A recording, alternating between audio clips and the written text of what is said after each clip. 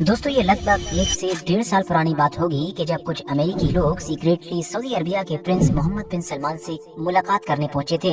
इन लोगों की मुलाकात का मकसद था सऊदी प्रिंस मोहम्मद बिन सलमान को इजराइल को रिकॉग्नाइज करने के लिए कन्वेंस करना, मतलब सऊदी अरबिया को इस बात के लिए मनाना कि वो इजराइल को कबूल कर ले और उसके साथ नॉर्मलाइजेशन कर ले। मगर खुद द टाइम्स ऑफ इजराइल के मुताबिक इस मुलाकात के दौरान बातों बातों में सऊदी प्रिंस मोहम्मद बिन सलमान ने डरते हुए जिस एक इंसान का नाम लिया, उसका नाम सुनकर वो अमेरिकी ऑफिशियल्स भी शॉक रह गए थे, क्योंकि ये नाम एक ऐसे इंसान का लिया जा रहा था कि जो ऑलरेडी 40 से 45 साल पहले मर चुका था। वो भी इस तरह से कि अगर उस दौर में मौजूद रहने वाले लोगों को आज भी उस इंसान की मौत का वो मंजर याद आ जाता है तो वो पूरी तरीके से हिल जाते हैं। प्रिंस मोहम्मद बिन सलमान का कहना था कि मुझे इस बात का डर है कि अगर मैं ऐसा कुछ भी करता हूँ, मतलब इजराइल की तरफ दोस्ती का हाथ बढ़ाता हूँ, तो मेरे साथ भी वही हो सकता है कि जो आज से 40-45 साल पहले उस इंसान के साथ हुआ था। और वैसे भी उस इंसान को बचाने के लिए भला अमेरिका ने क्या किया था। साथियों, यहाँ पर दरअसल जो बात चल रही थी वो किसी और की नहीं बल्कि मिस्र के मशहूर नेता अनवर सादात की चल रही थी, कि जिनको मॉडर्न मिस्र के इतिहास के न सिर्फ सबसे मशहूर नेताओं में गिना जाता है बल्कि इतिहास के उस पहले अरब लीडर के तौर पर भी याद किया जाता है कि जिसने इजराइल के साथ दोस्ती का हाथ बढ़ाया था, इजराइल को अरब दुनिया में सबसे पहले रिकॉग्नाइज किया था, इजराइल का दौरा किया था और इजरायलियों को अपने यहाँ पर बुलाकर उनकी मेहमान नवाजी की थी।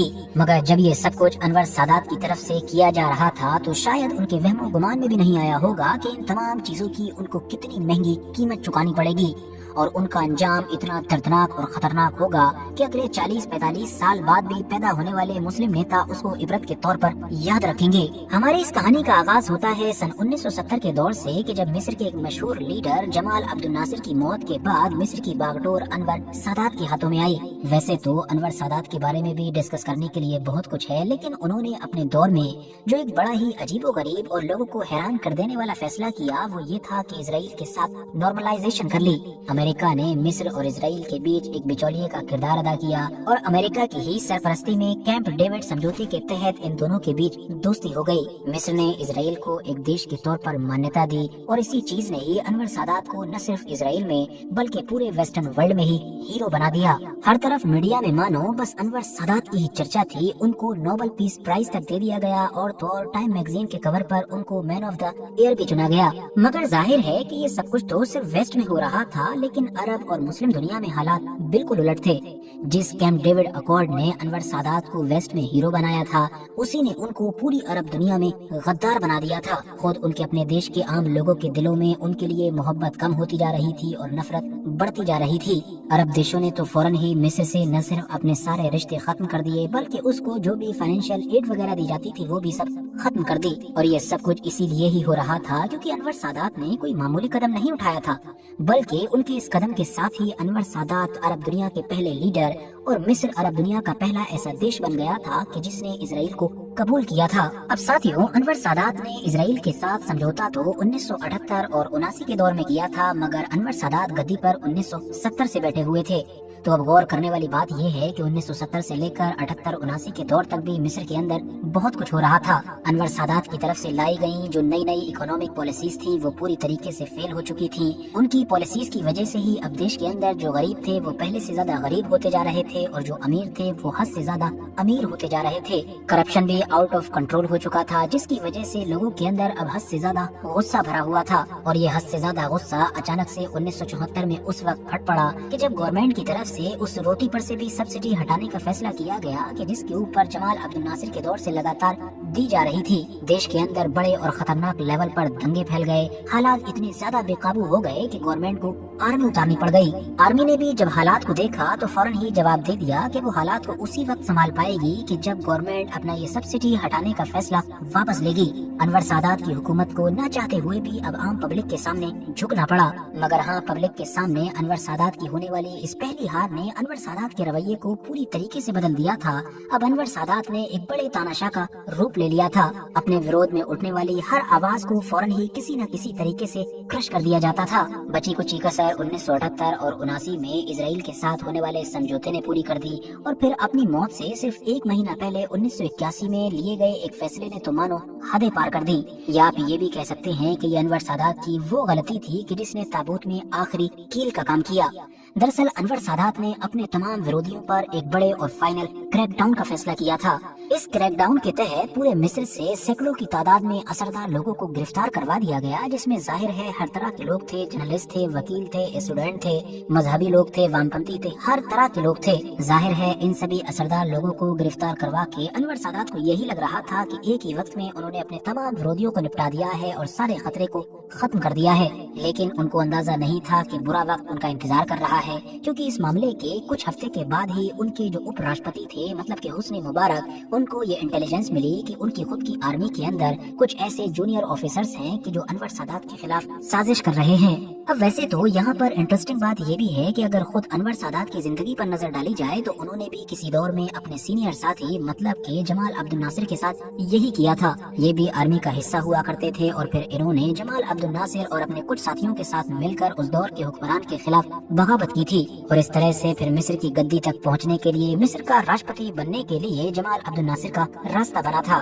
और फिर 1970 में जाकर जब जमाल अब्दुल नासिर की मौत हो गई थी तो फिर उनके करीबी मतलब अनवर सादात ने गद्दी संभाल ली थी। मेन मुद्दे पर वापस आए तो जैसे ही हुस्नी मुबारक को इस बारे में जानकारी मिली तो उन्होंने फौरन अनवर सादात को खबरदार किया और कहा कि आने वाले दिनों में जो यौम किपुर वॉर की याद में हमारे देश में एक बड़ी फौजी परेड होने वाली है, उसमें कुछ अनहोनी भी हो सकती है, इसीलिए आपको सतर्क रहना चाहिए और तमाम चीजों पर ध्यान रखना चाहिए। लेकिन अनवर सादात ने इस वार्निंग को बिल्कुल भी सीरियसली नहीं लिया, बल्कि मजाक समझकर मानो हवा में उड़ा दिया। मगर साथियों, अनवर सादात को ये लापरवाही बहुत भारी पड़ने वाली थी, क्योंकि वाकई मिस्र की फौज में जूनियर लेवल पर ही सही एक ग्रुप अनवर सादात के खिलाफ बन चुका था और उस ग्रुप को जो इंसान लीड कर रहा था उसका नाम था खालिद इस्लाम्बोली।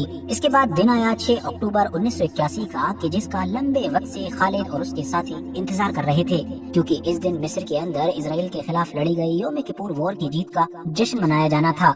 मतलब एक बड़ी मिलिट्री परेड होने वाली थी और इस मिलिट्री परेड के अंदर खालिद इस्लाम्बोली की यूनिट को भी हिस्सा लेना था। खालिद को एक ट्रक का कमांडर बनाया गया था, जिसको जाहिर है बाकी बहुत सारे ट्रक्स की तरह अनवर सादात के सामने से गुजरना था। 6 अक्टूबर 1981 का दिन आ गया और दोपहर के लगभग 12:30 बजे होंगे कि जब ये मिलिट्री परेड अपने पीक पर पहुंच चुकी थी। वहां मौजूद लोग इसका खूब मजा ले रहे थे। बारी बारी से फौजी टुकड़ियां आ रही थी, गाड़ियां आ रही थी और अनवर सादात को सलामी दे रही थी।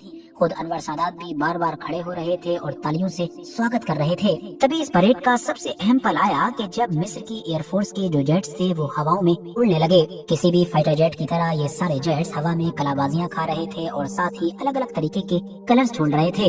हवा में उड़ते हुए ये सारे जेट्स जैसे ही आसमान में उस पॉइंट पर पहुंचे कि जिसके एग्जैक्ट नीचे ये परेड हो रही थी, मतलब ये पूरा शो सजा हुआ था, तो नीचे मौजूद सारे के सारे लोग भी सिर्फ इन जेट्स को ही देखने लगे। किसी की भी नजर या ध्यान इधर उधर नहीं जा रहा था। इन जेट्स की आवाज अब इतनी ज्यादा थी कि इधर उधर कुछ सुनाई भी नहीं दे रहा था। बिल्कुल इसी मोमेंट पर ही खालिद और उसके साथियों का वो ट्रक भी अनवर सादात के सामने से गुजरने लगा कि जिसको वहाँ से गुजरना ही था। बस फिर क्या था, अचानक से वो ट्रक रुका और इससे पहले कि कोई कुछ समझ पाता, खालिद अपने 3 साथियों के साथ ट्रक से कूदा और अनवर सादात की तरफ लपका। खालिद और उसके साथियों ने एक लम्हा गवाए बगैर ही फौरन ही अंधाधुंध गोलियां चलानी शुरू कर दी। आसपास में मौजूद लोग कुछ समझ पाते या कर पाते, उससे पहले ही सब कुछ खत्म हो चुका था। लगभग 1 से 2 मिनट तक गोलीबारी चली और जब ये गोलीबारी खत्म हुई तो अनवर सादात की कुर्सी खाली थी, क्योंकि वो जमीन पर पड़े हुए थे। पूरा जिस्म गोलियों से छलनी हो चुका था। फौरन ही हेलीकॉप्टर के जरिए से पास ही में मौजूद एक हॉस्पिटल में उनको भेजने की कोशिश की गई, लेकिन उनकी पहले ही मौत हो चुकी थी। जबकि दूसरी तरफ जो हमलावर थे उनमें से एक की मौके पर ही मुठभेड़ में मौत हो गई थी। बाकी बचे हुए खालिद और उसके 2 साथियों को गिरफ्तार कर लिया गया था। बाद में अनवर सादात के कत्ल से रिलेटेड जितनी भी रिपोर्ट्स आई कि जिसमें ये बताने की कोशिश की गई कि आखिर इनको कत्ल करने की वजह क्या थी, तो उन सारी ही अलग अलग तरह की रिपोर्ट्स में जो पहली और सबसे बड़ी वजह बताई जाती थी वो कुछ और नहीं बल्कि कैंप डेविड अकॉर्ड को बताया जाता था। मतलब वही समझौता कि जो अमेरिका के कहने पर, या आप कह सकते हैं कि अमेरिका की तरफ से मिलने वाली एड के लालच में अनवर सादात ने इजराइल के साथ किया था और इजराइल को उस समझौते के तहत रिकॉग्नाइज किया था। जबकि इसके अलावा जो दूसरी या तीसरी वजह बताई गई वो मजहबी और राजनीतिक लोगों पर जबरदस्त तरीके से क्रैकडाउन करना था। अनवर सादात की मौत पर मिस्र के शहरों की सड़कों पर एक बड़ी ही अजीबोगरीब किस्म की खामोशी नजर आई थी। मतलब लोग या तो अपने घरों में बंद थे या फिर अपने काम से काम रख रहे थे। ना तो कोई सड़कों या कैमरे पर आकर अफसोस का इजहार कर रहा था, न रो रहा था, न ही मातम कर रहा था। ये चीज क्लियरली इशारा कर रही थी कि मिस्र के जो ज्यादातर आम लोग हैं वो अनवर सादात के बारे में क्या सोचते हैं या उनके दिलों में अनवर सादात को लेकर क्या चीज पाई जाती है। अनवर सादात के अगर जनाजे पर भी नजर डाली जाए तो इसमें अमेरिका के एक नहीं बल्कि तीन राष्ट्रपति यानी जो पहले भी रह चुके थे वो भी पहुंचे थे और इजराइल के प्रधानमंत्री भी पहुंचे, बड़े बड़े वेस्टर्न लोग पहुंचे। लेकिन अगर इस जनाजे में कोई नहीं था तो वो मिस्र के आम लोग थे। दूसरी तरफ बाद में देखा गया कि जब खालिद और उसके 2 साथियों का ट्रायल शुरू किया गया तो जब भी वो कोर्ट रूम में आया करते थे तो बजाय अफसोस जाहिर करने के वो हमेशा मुस्कुराते हुए दिखते थे, जोर जोर से मजहबी नारे लगाया करते थे। मतलब क्लियरली वो ये मैसेज दिया करते थे कि उन्होंने कोई गलत काम नहीं किया है बल्कि ऐसा करना उनकी मजहबी जिम्मेदारी थी। खालिद ने तो चिल्लाते हुए ये तक कहा था कि उसने इस दौर के फिरौन को कत्ल किया है। खालिद और उसके दोनों साथियों को कुछ ही महीने के बाद मतलब अप्रैल 1982 में मौत की सजा सुना दी गई थी। अगर ये वीडियो जानकारी से भरपूर लगी हो तो लाइक करने के साथ साथ दोस्तों के साथ जरूर शेयर करें और ऐसे ही नॉलेजेबल और हिस्टोरिकल वीडियोस हमेशा देखने के लिए हमारे इस चैनल को सब्सक्राइब करने के साथ साथ बेल आइकन को जरूर प्रेस करें।